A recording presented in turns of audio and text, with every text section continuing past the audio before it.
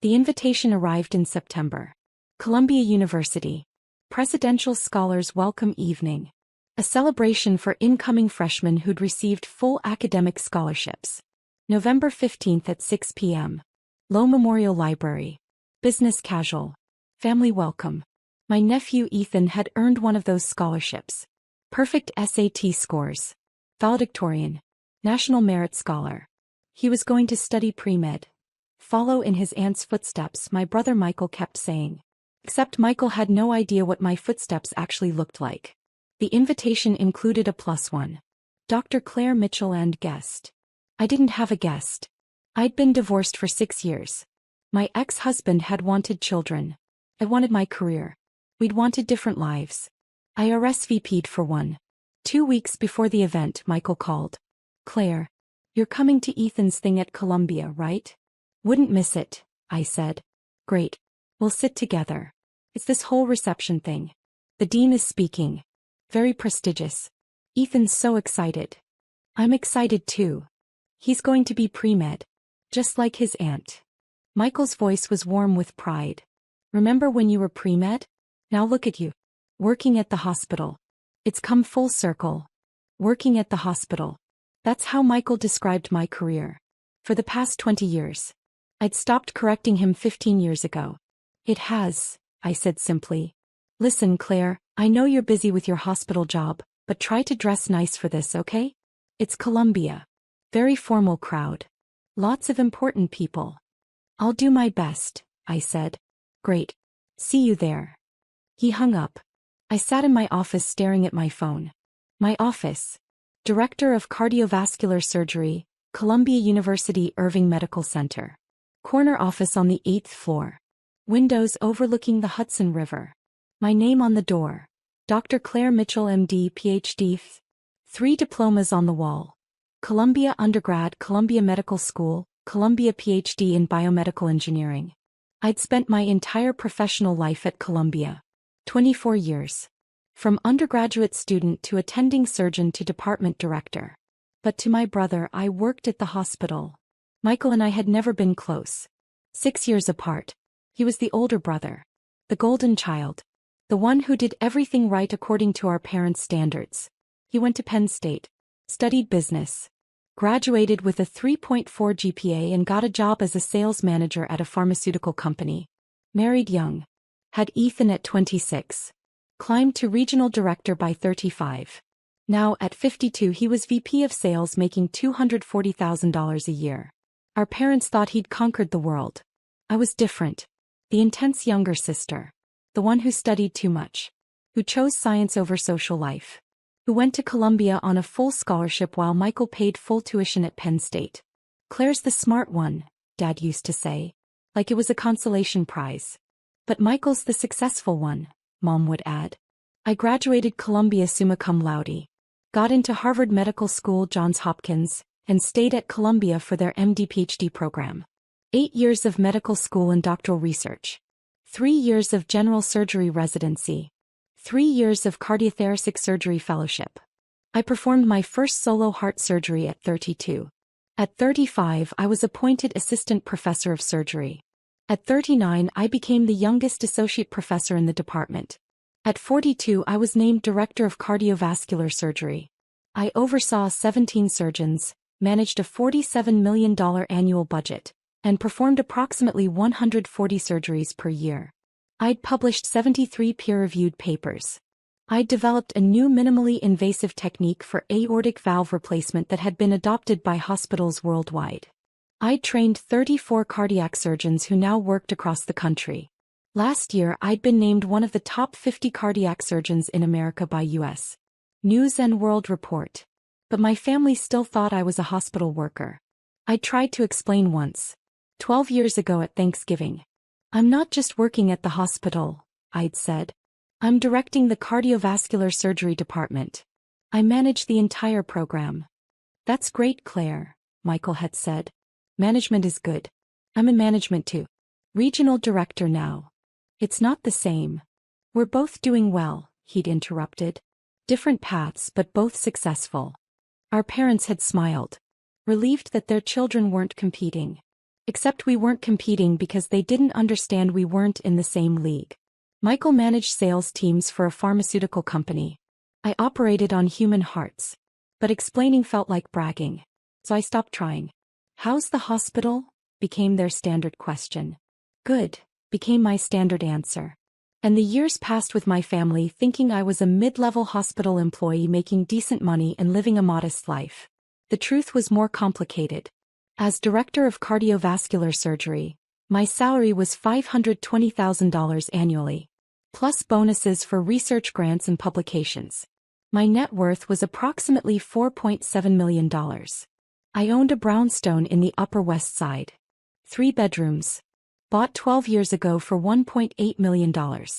Now worth $4.2 million. I'd never mentioned the house to my family. They thought I rented an apartment. I drove a 10-year-old Honda Civic. Wore simple clothes. Lived modestly except for my home which I loved. Money had never motivated me. Medicine had. The chance to save lives. To innovate. To teach. To push the boundaries of what was possible in cardiac care. I'd performed over 2,800 surgeries in my career. My survival rate for high-risk procedures was 96.7%, significantly higher than the national average of 91.3%. I'd saved 2,800 lives. That was my success. Not my salary. Not my title. The lives. But my family measured success differently. Michael's house was bigger. His car was newer. His son was going to Columbia. Finally, Mom had said when Ethan got his acceptance letter. Someone else in the family going to an Ivy League school. Claire's always been the only one. Ethan's going to be pre-med, Michael had added proudly. Just like Claire. Maybe she can give him advice about the hospital. I'd smiled and said nothing. November 15th arrived cold and gray. I left the hospital at 4 p.m. I'd finished my last surgery at 2:30. A triple bypass on a 67-year-old man with severe coronary artery disease. The surgery had gone perfectly. He'd be in ICU for 2 days then recovery. He'd go home to his wife and grandchildren. Another life saved. I went home. Showered. Changed into a navy dress and blazer. Simple. Professional. The kind of outfit that said hospital employee, but also Columbia alumna. I arrived at Low Memorial Library at 5:50 p.m. The building was stunning. Neoclassical architecture. Massive columns. The iconic dome. I'd walked past it thousands of times as a student, but it never stopped being impressive. Inside, the rotunda was set up for the reception. Round tables with white linens. A stage with a podium.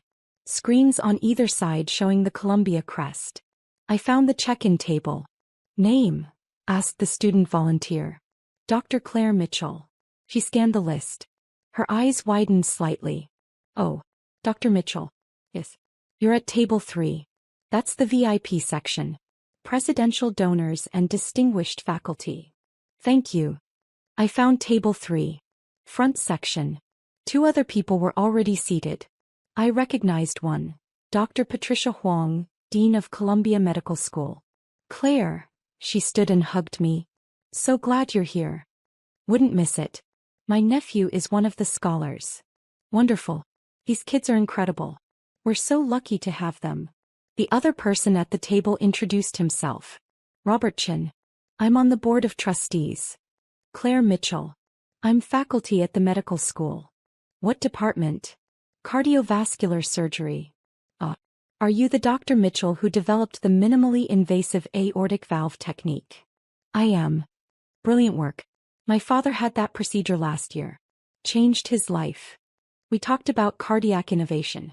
About Columbia's research programs. About the future of medical education. At 6:15 I saw Michael enter with his wife Linda and Ethan. Michael was wearing a suit. Linda had on a cocktail dress. Ethan looked uncomfortable in dress pants and a button-down shirt. They were scanning the room. Looking for their table. I waved. Michael saw me. Waved back. Started walking over. Then he noticed where I was sitting. Table 3. Front section. With the dean and a board member. He hesitated. Walked over anyway. "Claire. You're here early." "I am." "This is table 3. I think that's for faculty and VIPs." "I know. I'm sitting here." "Oh. They put you with the VIPs? That's nice of them. He didn't understand. Thought someone had made a seating error in my favor. Where are you sitting? I asked. He checked his card. Table 17. Back section. Come on, Linda, Ethan. Let's find our table. Good to see you, Michael, I said. We'll catch up after. They walked away. Dr. Huang smiled at me. Your brother? Yes. He seems nice. He is. He just doesn't quite understand what I do. How is that possible? You're one of the most prominent cardiac surgeons in the country. He thinks I work at the hospital, like a staff position. I've never corrected him. She stared at me. Why not? Because it doesn't matter. My work speaks for itself. Whether he understands it or not doesn't change the lives I've saved or the research I've published. That's very zen of you. Or very tired, I admitted. I spent years trying to explain. Eventually I stopped. Robert Chin leaned over. My brother thinks I'm in finance. I'm chairman of the board of a Fortune 500 company. Family is complicated. It is, I agreed. At 6:30 the program began. The current university president welcomed everyone. Talked about Columbia's commitment to merit-based scholarships. Introduced the Presidential Scholars Program. These students represent the best of the best, he said. Perfect grades. Perfect test scores. But more than that, leadership, innovation, passion for learning. They're the future of Columbia and the future of our world. Applause. Tonight we're announcing something special. Thanks to the generosity of our alumni, we're expanding the Presidential Scholars Program. For the first time, we'll be able to offer full scholarships to 50 students per year instead of 30. More applause. This expansion is possible because of a transformative gift from one of Columbia's most distinguished alumni. Someone who embodies the very best of what Columbia stands for. Academic excellence. Innovation. Service. Leadership. I knew what was coming.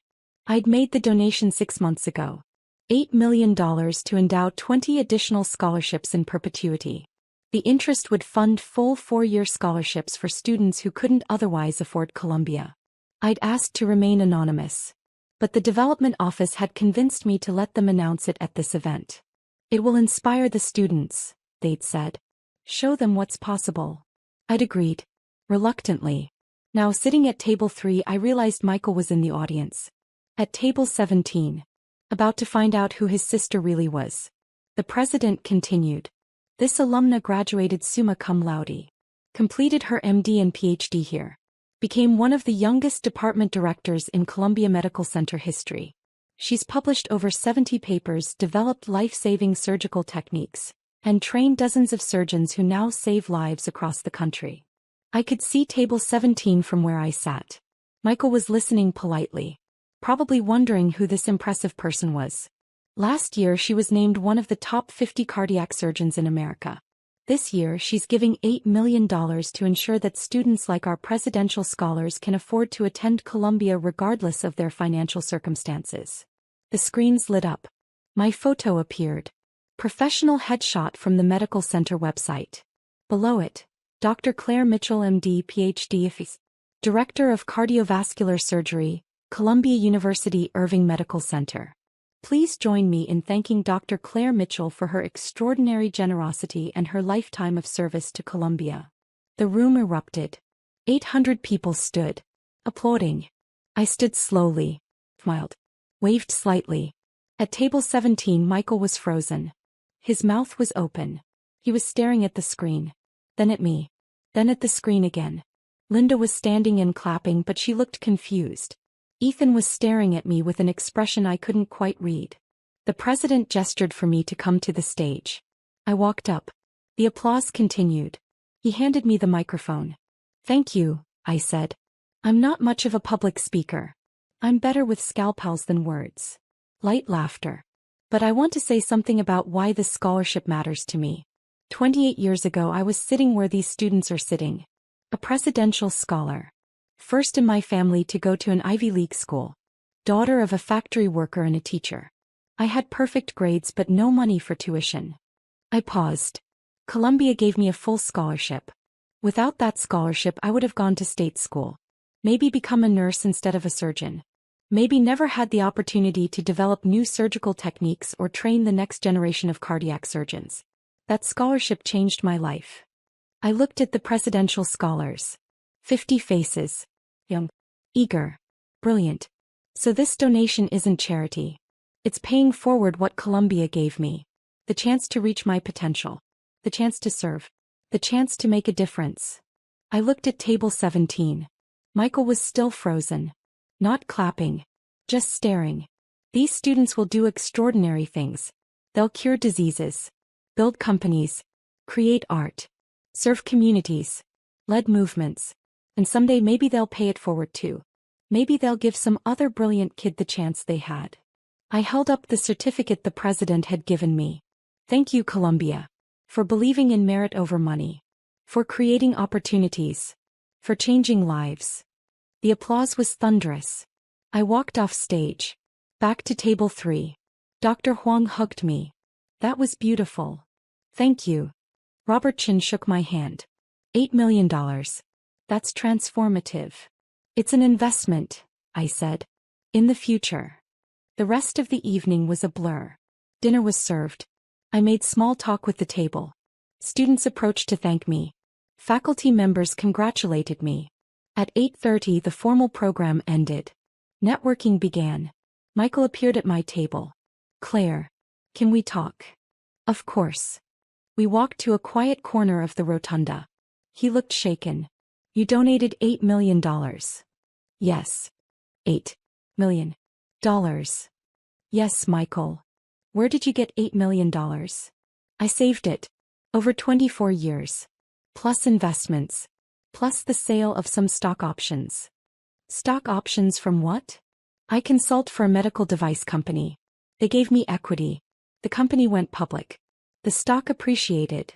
He was quiet for a long moment. You're not just working at the hospital. No. You're the director of cardiovascular surgery. Yes. You're one of the top 50 cardiac surgeons in America. According to one ranking, yes. You make what? What do you make? Michael, I don't think. Just tell me. Roughly. Including bonuses and consulting, about $600,000 a year. His face went pale. $600,000. It's not about the money. You make $600,000 a year and you never told us? You never asked, I said quietly. You asked how the hospital was. I said good. You assumed I was a mid-level employee. I didn't correct you. Why not? Because it didn't matter. You measured success by salary and title. You were proud of your VP position and your $240,000. If I told you I made more, it would have changed our relationship. You would have felt competitive. Or defensive. Or like I was showing off. So I stayed quiet. That's not fair, he said. Isn't it? How many times did you tell people about my job? She works at a hospital. In that dismissive tone. Like it was nice that I had employment but nothing special. He looked away. I heard you tonight, I continued. When people asked about me. She works at a hospital. My son will be the real success. I didn't mean. Yes, you did. You've been saying it for 20 years. I work at the hospital. You're the successful one. The regional director. The VP. The one who made it. Because I thought. You thought I was ordinary. Unremarkable. Just another hospital employee. Because I didn't brag about my achievements or my salary or my research. So you assumed I didn't have any. He was quiet.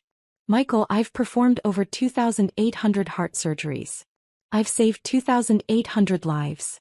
I've published research that's changed how we do cardiac care. I've trained surgeons who are now saving lives in 34 states. That's my success. Not my salary. Not my title. The lives. I didn't know, he whispered. Because you never asked. You never visited my office. You never asked to see the hospital. You never asked about my research or my patients or my work. You just assumed. At that moment Ethan appeared. Dad? Aunt Claire. He looked between us. Are you okay? We're fine, Michael said automatically. No, we're not, I corrected. But we will be. Ethan looked at me. Really looked at me. You donated $8 million. I did. For scholarships. Yes. Why? Because 28 years ago Columbia gave me a full scholarship. Changed my life. I wanted to do the same for other students. That's... He paused.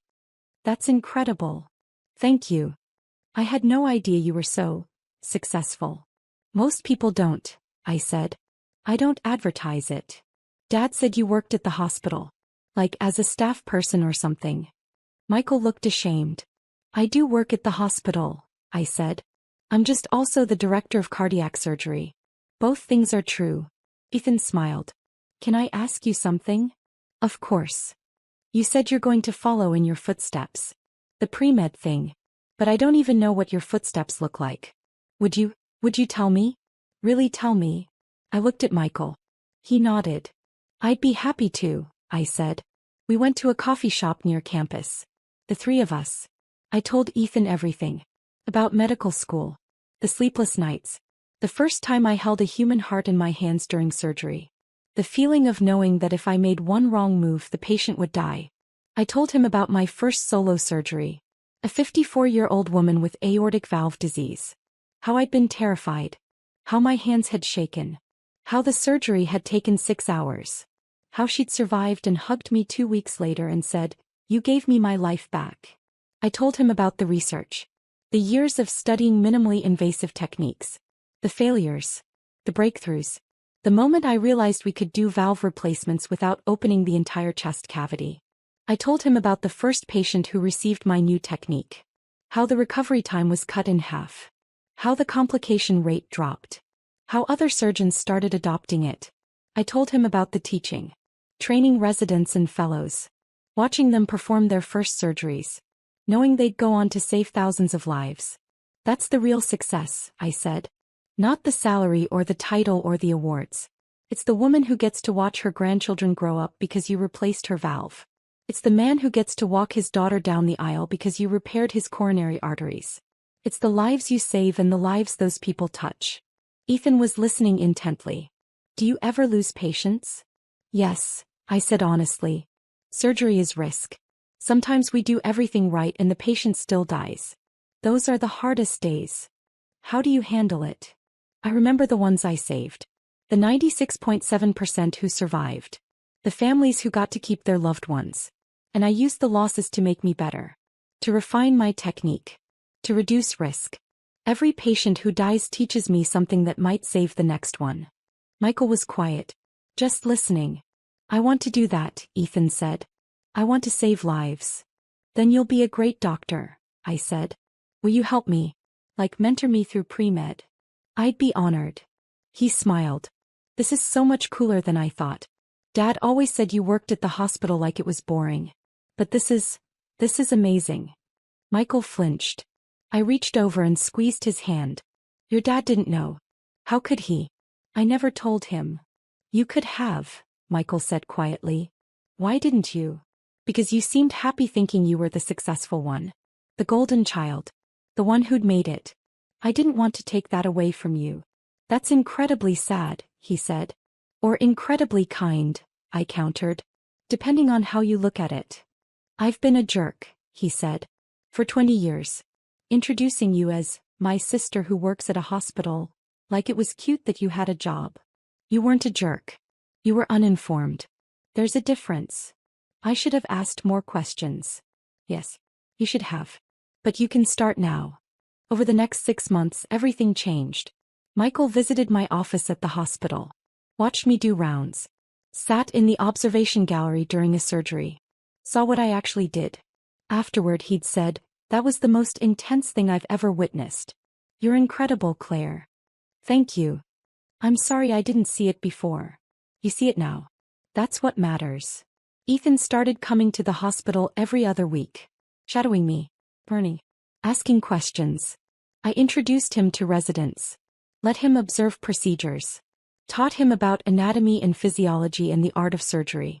You're a natural teacher, one of my residents said. You should do more of this. I am, I said. Starting with my nephew. In March, Michael called a family meeting. Mom, Dad, Linda, Ethan, and me. I have something to say, Michael announced. For the past 25 years, I've been telling everyone I was the successful sibling. The one who made it. The one who did everything right. Our parents looked confused. But I was wrong. Claire is the successful one. She's one of the top cardiac surgeons in the country. She makes twice what I make. She saved almost 3,000 lives. She donated $8 million to Columbia. And I had no idea because I never bothered to ask about her life. Mom's mouth fell open. $8 million? Yes, I said simply. Where did you get $8 million? I saved it. Invested it. Earned it over 24 years of working as a surgeon. You're a surgeon? Dad asked. I thought you were a hospital administrator or something. I'm the director of cardiovascular surgery. I both operate and administrate. Silence. Then Mom said, why didn't you tell us? I did tell you. Multiple times. You didn't listen. Eventually I stopped trying. That's not fair. Mom, Michael interrupted. It is fair. We didn't listen. We assumed.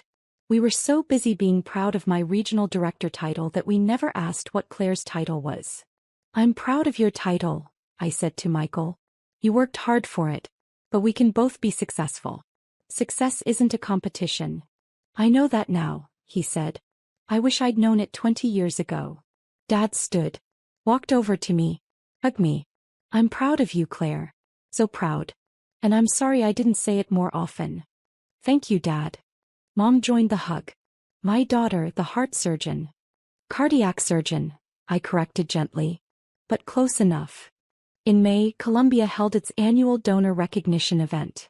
The development office had asked me to speak. To explain why I'd given the $8 million. I agreed.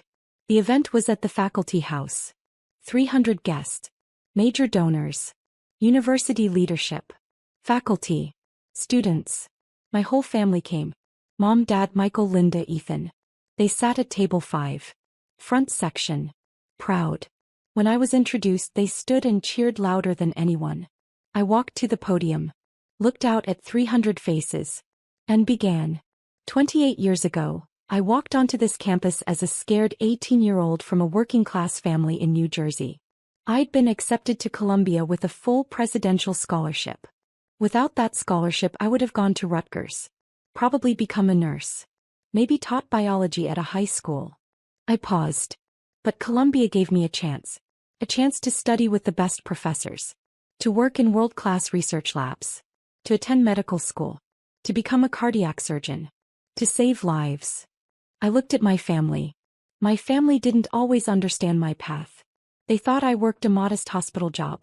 They didn't know I was directing a department or performing complex surgeries or publishing groundbreaking research. And honestly, that was partly my fault. I didn't share. I didn't explain. I let them think what they wanted to think. Michael was crying. But over the past 6 months, that's changed. My family now understands what I do. And more importantly, why I do it. Not for the salary or the prestige or the recognition. But because every surgery is a chance to give someone more time. More birthdays. More anniversaries. More moments with the people they love. I held up the donor recognition plaque. That's why I gave $8 million to Columbia. Because this university gave me the chance to do that work. To save those lives. To make that difference. And I want to give that same chance to 50 more students every year. Forever. The room stood. Applauding. My family stood first. After the speech, after the networking, after the thank yous and handshakes and photographs, I found my family waiting for me. Ethan hugged me first. That was amazing, Aunt Claire. Thank you. Michael hugged me next. I'm so proud of you. I should have said that 20 years ago. You're saying it now. Better late than never? Much better late than never. Mom and Dad hugged me together. Our daughter, Mom said. The heart surgeon. The professor. The philanthropist. Just Claire, I said. Doing work I love. Just Claire who saved 2,800 lives, Dad corrected. We went to dinner afterward. An Italian place in Morningside Heights. The kind of restaurant families go to celebrate. And we celebrated. Not my donation. Not my title. Not my salary. But the fact that after 25 years of being invisible to them, my family finally saw me. Really saw me. Not as she works at the hospital. But as Dr. Claire Mitchell. Cardiac surgeon. Lifesaver. And that was worth more than $8 million. That was priceless.